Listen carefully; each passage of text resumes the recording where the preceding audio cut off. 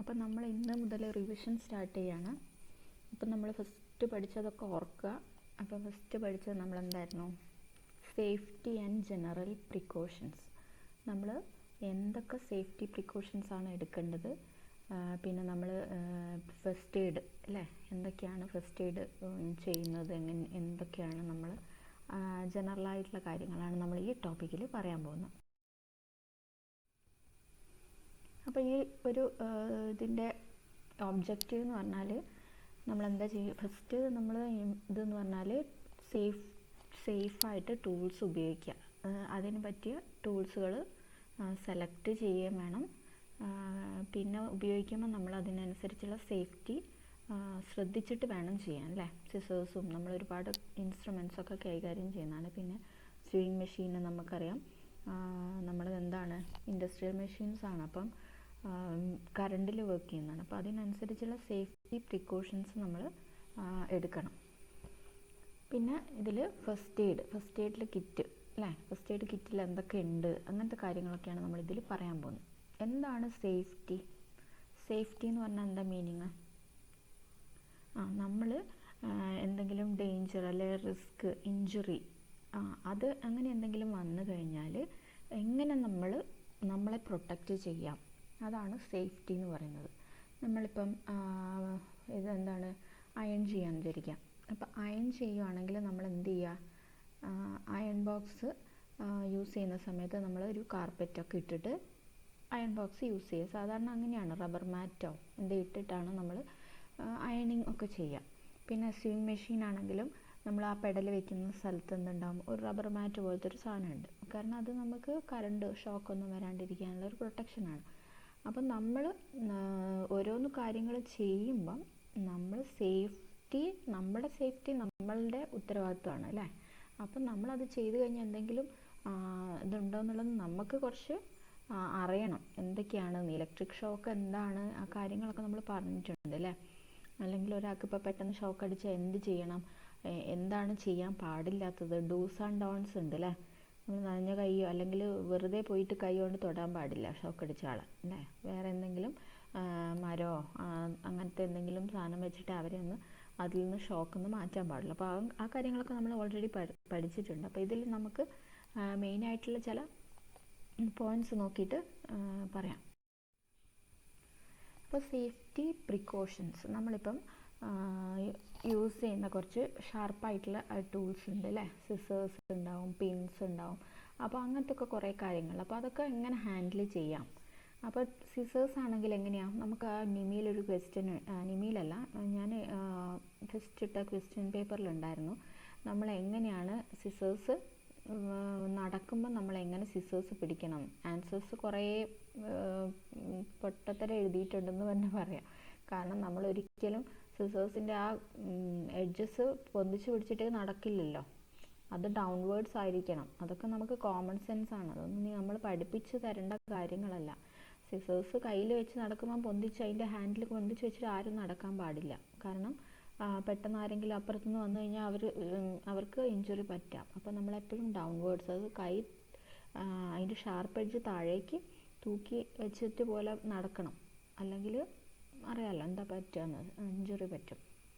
അപ്പോൾ അങ്ങനത്തെ ഒക്കെ ക്വസ്റ്റ്യൻസ് വരുമ്പം തിങ്ക് ചെയ്യുക, നിങ്ങൾ എങ്ങനെയാണോ, നിങ്ങൾക്ക് അതിൻ്റെ ലോജിക്ക് അറിയാമല്ലോ. അപ്പോൾ അതിനനുസരിച്ച് എഴുതുക. അതിലെ ആൻസേഴ്സ് നിങ്ങൾ നിങ്ങൾ തന്നെ നോക്കിയാൽ മതി. ആ ഒബ്ജക്റ്റീവ് എക്സാം ഫസ്റ്റ് നടത്തിയ ഗൂഗിൾ ഫോമിൽ ഓരോരുത്തർ എഴുതിയ ആൻസേഴ്സ് കണ്ടിട്ട് ഞാൻ ശരിക്കും അത്ഭുതപ്പെട്ടു. കാരണം നമ്മളിതൊക്കെ എന്ന് പറഞ്ഞാൽ കുറച്ചൊരു ഒന്നും ആലോചിക്കാണ്ട് എഴുതുന്ന പോലെ ഉണ്ട്. അങ്ങനെ നിങ്ങൾ എക്സാം അറ്റൻഡ് ചെയ്താൽ എവിടെ എത്തൂല കേട്ടോ. നിങ്ങളത് ക്വസ്റ്റ്യൻ വായിച്ചൊന്ന് മനസ്സിലാക്കിയിട്ട് വേണം ആൻസർ ചെയ്യാൻ.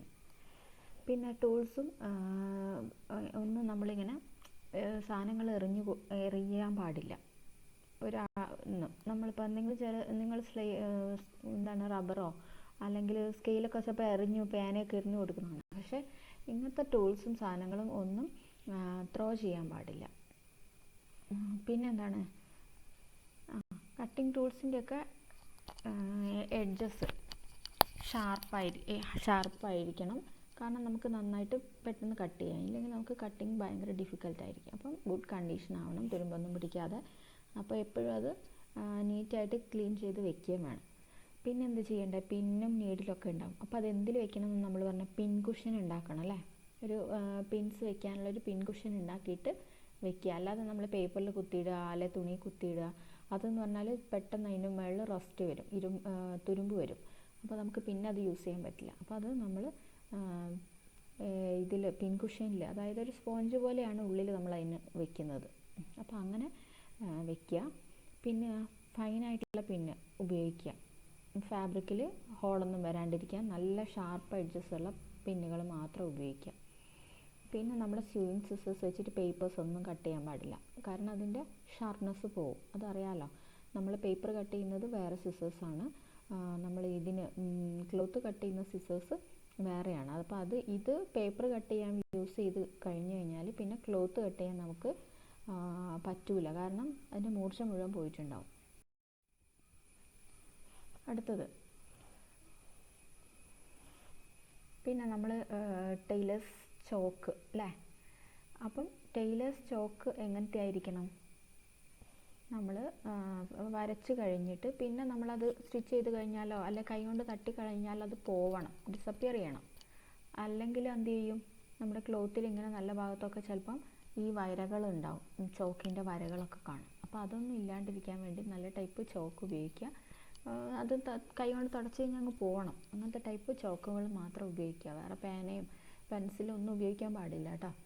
പിന്നെ നീഡിലും പിന്നും ഒക്കെ നമ്മൾ സ്വിങ് മെഷീനിൽ ചെയ്യുമ്പോൾ തന്നെ നീഡിലൊക്കെ പൊട്ടൂല്ലേ, അത് അവിടെ ഇവിടെ ഇടാൻ പാടില്ല. നമുക്കൊരു സെപ്പറേറ്റ് ആയിട്ട് നമ്മൾ ലാബിൽ തന്നെ ഉണ്ട്, നമുക്ക് നീഡിൽസൊക്കെ ബ്രോക്കൺ നീഡിൽസ് വെക്കാനുള്ളൊരു കപ്പ് പോലെയുണ്ട്. അപ്പോൾ അതിൽ കൊണ്ടുപോയി ഇടുക. അല്ലെങ്കിൽ ഇത് നിങ്ങൾക്ക് തന്നെയാണ് ഇഞ്ചുറി പറ്റുക. അപ്പോൾ അതിനനുസരിച്ച് നമ്മൾ ടൂൾസ് ഹാൻഡിൽ ചെയ്യണം. പിന്നെന്താണ്, എല്ലാ മെഷീനും ടൂൾസും ഒക്കെ നമ്മൾ എന്ത് ചെയ്യുക, ഗുഡ് കണ്ടീഷനിൽ വെക്കുക. എപ്പോഴും മെയിൻ്റനൻസ് ചെയ്യണം. നിങ്ങൾ യൂസ് ചെയ്യുന്ന സാധനങ്ങൾ ഇടയ്ക്കിടയ്ക്ക് ഉപയോഗിക്കണം, ഇല്ലെങ്കിൽ അത് കേട് വന്നു പോകും. പിന്നെ നമ്മളിപ്പം ചിലരുണ്ട് തയ്ക്കുന്ന സമയത്ത് നീഡിലെടുത്ത് വായിൽ വെച്ചിട്ട് ബാക്കിയുള്ള കാര്യം ചെയ്തിട്ട് പിന്നെ അങ്ങനെ ഒരിക്കലും ചെയ്യാൻ പാടില്ല. അതൊക്കെ ഭയങ്കര ഡേഞ്ചറാണ്. അപ്പോൾ അങ്ങനത്തെ കാര്യങ്ങൾ ഒരിക്കലും ചെയ്യാൻ പാടില്ല. പിന്നെ നമുക്ക് ഏതാണോ നമ്മൾ ചെയ്യാൻ പോകുന്ന ജോബ് അതിനനുസരിച്ച് അതിൻ്റെ ടൂള് മാത്രം യൂസ് ചെയ്യുക. അല്ലാതെ നമുക്കിപ്പം എന്താ പറയുക, ക്ലോത്തിൽ വരയ്ക്കാൻ അല്ല, തുണിയിൽ അല്ല, നമ്മളിപ്പം ഡ്രാഫ്റ്റിംഗ് ചെയ്യാൻ വിചാരിക്കുക. അപ്പോൾ ഡ്രാഫ്റ്റിംഗ് ചെയ്യുന്ന സമയത്ത് നമുക്ക് കുറേ കാര്യങ്ങൾ വേണം അല്ലേ, വരയ്ക്കാൻ പെൻസിലൊക്കെ വേണ്ടിയിട്ട്. അപ്പോൾ നമ്മളെടുത്ത് ചോക്ക് എടുത്തിട്ട് പേപ്പറിൽ വരയ്ക്കാൻ നിൽക്കരുത്. പേപ്പറിൽ വരയ്ക്കുമ്പോൾ പെൻസിൽ വെച്ചിട്ട് വരയ്ക്കുക. ക്ലോത്തിൽ വരയ്ക്കുമ്പോഴോ പെൻസിൽ ഉപയോഗിക്കരുത്, ചോക്ക് ഉപയോഗിക്കണം. അപ്പം അതതിൻ്റെ ടൂള് അതതിന് ഉപയോഗിക്കണം. പിന്നെ നമ്മൾ സേഫ്റ്റി ടിപ്സ് എന്താ ചെയ്യേണ്ടത്, സ്റ്റാർട്ട് ചെയ്യുമ്പോൾ ഒന്ന് സ്ലോ ആയിട്ട് സ്റ്റാർട്ട് ചെയ്യുക. ഇടയ്ക്കിടയ്ക്ക് ചെക്കപ്പ് ചെയ്യണം. നമ്മൾ വർക്ക് എന്താണെന്ന് നമ്മൾ ശ്രദ്ധിച്ചിട്ട് ചെയ്യുക. നമ്മുടെ വർക്കിൽ ഫോക്കസ് ചെയ്യുക. അതിൻ്റെ ഇടയിൽ 100 കാര്യങ്ങൾ സംസാരിക്കുക, അതും അറിയുക ഇതും അറിയുക, അങ്ങോട്ട് തിരിഞ്ഞ് ഇങ്ങോട്ട് തിരിഞ്ഞ് അങ്ങനെ കളിക്കാൻ പാടില്ല. പ്രത്യേകിച്ച് നമ്മുടെ സ്വിങ് മെഷീൻ്റെ അവിടെ ഇരിക്കുമ്പോൾ നിങ്ങൾ നിങ്ങളുടെ ഹെയർ നന്നായിട്ട് പുട്ടപ്പ് ചെയ്യണം. കാരണം നിങ്ങളുടെ ഹെയർ ചിലപ്പം മെഷീൻ അടുത്താണെങ്കിൽ ബാക്കിലത്തെ മെഷീനിൽ ഇതായി മുടിയൊക്കെ കുടുങ്ങാൻ ചാൻസ് ഉണ്ട്. അപ്പം നമ്മളെ വർക്കിൽ നമ്മൾ ശ്രദ്ധിക്കുക. പിന്നെ മെഷീൻ യൂസ് ചെയ്യുന്ന സമയത്ത് മാത്രം പ്ലഗ് ഇൻ ചെയ്യുക. അല്ലാത്ത ടൈമിൽ എന്ത് ചെയ്യുക, പ്ലഗ് ഔട്ട് അത് ആക്കി വയ്ക്കുക, അൺപ്ലഗ് ചെയ്ത് വെക്കണം. ഇല്ലെങ്കിൽ നമുക്കറിയാലോ, ചില സമയത്ത് എന്തെങ്കിലും കറണ്ടിൻ്റെ ഒരു ലോഡ് അത് വരുന്ന സമയത്ത് ചിലപ്പോൾ മെഷീന് അടിച്ചു പോകാൻ ചാൻസ് ഉണ്ട്. അപ്പം ആവശ്യമുള്ള സമയത്ത് മാത്രം പ്ലഗ് ഇൻ ചെയ്യുക, അല്ലാത്ത സമയത്ത് അൺപ്ലഗ് ചെയ്യുക. പിന്നെ ടൂൾസ് എങ്ങനെ സെലക്ട് ചെയ്യേണ്ടതെന്ന് അറിയാലോ, നമ്മൾ ഏതാ ടൂൾ വേണ്ടതെന്ന് വെച്ചാൽ അതിനനുസരിച്ച് സെലക്ട് ചെയ്യുക. ടൂൾസ് നന്നായിട്ട് എവിടെയാണോ വെക്കേണ്ടത് അവിടെ തന്നെ വെക്കുക. അല്ലാതെ ടൂള് എടുത്ത സാധനങ്ങൾ വാരി വലിച്ചിടരുത്. അപ്പം നമ്മൾ സിസേഴ്സ് വയ്ക്കുന്ന എവിടെയാണെന്ന് വെച്ചാൽ അവിടെ നന്നായിട്ട് കൊണ്ടുപോയിട്ട് കീപ്പ് ചെയ്യണം. അല്ലെങ്കിൽ പകുതി ചെയ്ത സാധനങ്ങൾ അവിടെ ഇട്ട് പകുതി അവിടെ ഇട്ട് പോകും, സ്കെയിലുണ്ടാവും അവിടെ. അങ്ങനത്തെ ഒരു എന്താ പറയുക, ചിട്ടയില്ലാണ്ട് നമ്മൾ വർക്ക് ചെയ്യാൻ പാടില്ല. പിന്നെ ക്ലീനിങ് എന്ന് പറഞ്ഞാൽ അറിയാലോ, നമ്മൾ ഇരിക്കുന്ന പ്ലേസ് നമ്മൾ വർക്ക് ചെയ്ത് കഴിഞ്ഞ് കഴിഞ്ഞാൽ ഒരുപാട് വേസ്റ്റ് മെറ്റീരിയൽസും കാര്യങ്ങളൊക്കെ ഉണ്ടാകും. അതൊക്കെ നന്നായിട്ട് നമ്മുടെ അതായത് ഇൻഡിവിജ്വലിന് ആ ഭാഗം ക്ലീൻ ചെയ്യേണ്ട ഉത്തരവാദിത്തം ഉണ്ട്. നമ്മൾ ചെയ്യുന്ന പാർട്ടുകൾ വേസ്റ്റ് ഒക്കെ നമ്മൾ ഡിസ്പോസ് ചെയ്യാനുള്ള കാര്യങ്ങൾ നമ്മൾ ചെയ്യണം. പിന്നെ പിൻ കുഷൻസ് യൂസ് ചെയ്യാം. പിന്നെ നമ്മൾ പേഴ്സണൽ സേഫ്റ്റി, പിന്നെന്താണ് അതേഴ്സ്, അത് അല്ലാതെ വരുന്ന കുറച്ച് ജനറൽ ആയിട്ടുള്ള കുറേ കാര്യങ്ങൾ. അപ്പം നമ്മൾ ഫസ്റ്റ് നമ്മൾ പറയാൻ പോകുന്ന, നമ്മൾ ഇലക്ട്രിക് ഷോക്കും കാര്യങ്ങളൊക്കെ ഓൾറെഡി പറഞ്ഞല്ല, അപ്പോൾ അതൊന്നും കൂടെ നോക്കിയാൽ മതി. പിന്നെ ഇതിൽ പറയുന്നത് ഫസ്റ്റ് എയ്ഡ് എന്ന് പറഞ്ഞാൽ എന്താ, നമ്മളിപ്പം ആർക്കെങ്കിലും പെട്ടെന്ന് എന്തെങ്കിലും ഇഞ്ചുറി അല്ലെങ്കിൽ വയ്യായിക ഒക്കെ പറ്റിക്കഴിഞ്ഞാൽ പെട്ടെന്ന് നമ്മൾ എന്താണോ അവർക്ക് ചെയ്യുന്നത് അല്ലേ, അതൊന്ന് മാറാൻ വേണ്ടിയിട്ട്, അതാണ് ഇപ്പോൾ എന്തും പറ്റി വീണ് കഴിഞ്ഞ ആൾക്ക് അയാളുടെ ഒരു നില പിന്നെ വീണ്ടെടുക്കാൻ വേണ്ടിയിട്ട് നമ്മൾ അത്രയും പെട്ടെന്ന് ചെയ്യുന്നതിനാണ് നമ്മൾ ഫസ്റ്റ് എയ്ഡ് എന്ന് പറയുക. ഫസ്റ്റ് ആൻഡ് ഇമ്മീഡിയറ്റ് അസിസ്റ്റൻസ്, അതിനെയാണ് നമ്മൾ ഫസ്റ്റ് എയ്ഡ് എന്ന് പറയുക. അപ്പോൾ നമുക്ക് ഹാർട്ട് അറ്റാക്ക് വന്നു കഴിഞ്ഞാൽ ഒരാൾ എന്താ പെട്ടെന്ന് ചെയ്യേണ്ടത്, അല്ലെങ്കിൽ പെട്ടെന്ന് മുറിഞ്ഞു അപ്പോൾ എന്താ ചെയ്യേണ്ടത്, അപ്പോൾ അങ്ങനത്തെ കാര്യങ്ങളാണ് നമ്മൾ ഫസ്റ്റ് എയ്ഡിൽ പറയുന്നത്. ഫസ്റ്റ് എയ്ഡിൽ നമ്മൾ കുറേ ഡീറ്റെയിൽ ആയിട്ട് നോട്ട്സൊക്കെ എഴുതിയിട്ടുണ്ട്, അതൊന്ന് വായിച്ച് നോക്കുക. ബാക്കിയുള്ളത് നമ്മൾ ഇതിൻ്റെ മെയിൻ പോയിൻറ്റ്സ് മാത്രമേ ഞാൻ ഇവിടെ പറയുന്നുള്ളൂ. അതിൻ്റെ കാറ്റഗറിയും ഏതൊക്കെ ഫസ്റ്റ് എയ്ഡ് എന്നുള്ളത് നമ്മൾ ഓൾറെഡി തന്നിട്ടുണ്ട്, അത് വായിക്കുക കേട്ടോ. പിന്നെ മെയിനായിട്ട് ഫസ്റ്റ് എയ്ഡ് കിറ്റിൽ എന്തൊക്കെയാണ് ഉണ്ടാവുക, ഫസ്റ്റ് എയ്ഡിൻ്റെ മാനുവൽ ഉണ്ടാവും, പിന്നെ പെയിൻ കില്ലർ ടാബ്ലറ്റ്, പെട്ടെന്ന് എന്തെങ്കിലും വേദന, എന്തെങ്കിലും മുറിഞ്ഞോ എന്തെങ്കിലും ഒക്കെ ഉണ്ടെങ്കിൽ പെയിൻ കില്ലേഴ്സൊക്കെ കൊടുക്കുമല്ലോ. അപ്പോൾ അതൊന്നും നമ്മൾ തന്നെ കൊടുക്കുകയല്ല, നമുക്ക് അറിയണം എന്താണ് ടാബ്ലറ്റ് കൊടുക്കേണ്ടതെന്ന്, അല്ലാതെ നമ്മൾ കൊടുക്കാൻ പാടില്ല. പിന്നെ ഫോൺ നമ്പേഴ്സ്, പെട്ടെന്ന് എമർജൻസി നമ്പേഴ്സ് വേണം. പിന്നെ കോൾഡ് പാക്ക്, അതായത് നമുക്ക് പെട്ടെന്ന് തണുപ്പിക്കാൻ വേണ്ടിയിട്ടുള്ള എന്തെങ്കിലും വേണ്ടി വരും, അപ്പോൾ അതിനാവശ്യമുള്ള കാര്യങ്ങൾ വേണം. പിന്നെ ആംബുലൻസ് സർവീസും ഒക്കെ നമ്മൾ ലിസ്റ്റ് വേണം, നമുക്ക് പെട്ടെന്ന് എങ്ങോട്ടേക്കാണ് പോകേണ്ടതെന്നുള്ള കാര്യം. കലാമിൻ ലോഷൻ, എന്തെങ്കിലും ഇത് പറ്റിക്കഴിഞ്ഞാൽ നമുക്ക് ഇതാക്കാനുള്ള ലോഷന്.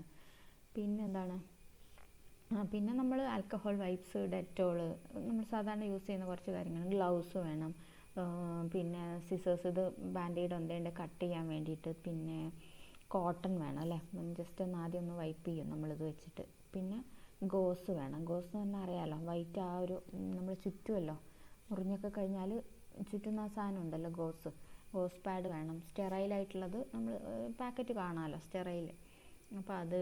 പിന്നെ ബാൻഡേജ് വേണം, പിന്നെ തെർമോമീറ്റർ, അങ്ങനത്തെ കുറച്ച് കാര്യങ്ങൾ നമ്മൾ ഫസ്റ്റ് എയ്ഡ് കിറ്റിൽ ആവശ്യമുണ്ട്. അപ്പോൾ ഇത്രയുമാണ് നമ്മളിപ്പം ജനറലായിട്ട് പറയുന്ന സേഫ്റ്റി, ജനറൽ പ്രിക്കോഷനിൽ പറയുന്ന കാര്യങ്ങൾ. അപ്പോൾ ഇത് നന്നായിട്ട് കേട്ട് നന്നായിട്ട് നോട്ട്സ് വായിച്ച് നോക്കുക. Okay, thank you.